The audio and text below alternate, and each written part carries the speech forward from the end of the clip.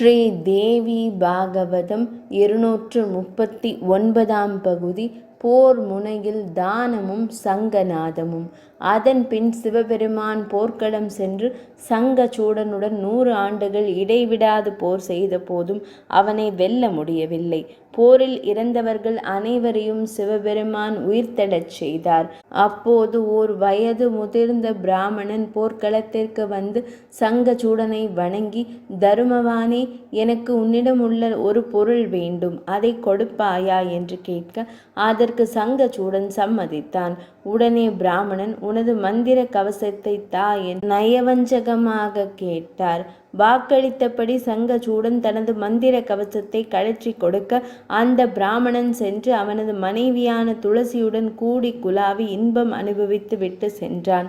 தனக்கு மரண காலம் வந்துவிட்டது என்பதை உணர்ந்த சங்கச்சூடன் போர்க்களத்திற்கு சென்றான். சிவபெருமான் தனது சூலாயுதத்தை சங்கச்சூடன் மீது ஏவ, அது அவனது சிரசை கொய்துவிட்டு சிவபெருமானை வந்தடைந்தது. சங்கச்சூடனின் எலும்புகள் பூமியில் சங்குகள் ஆயின.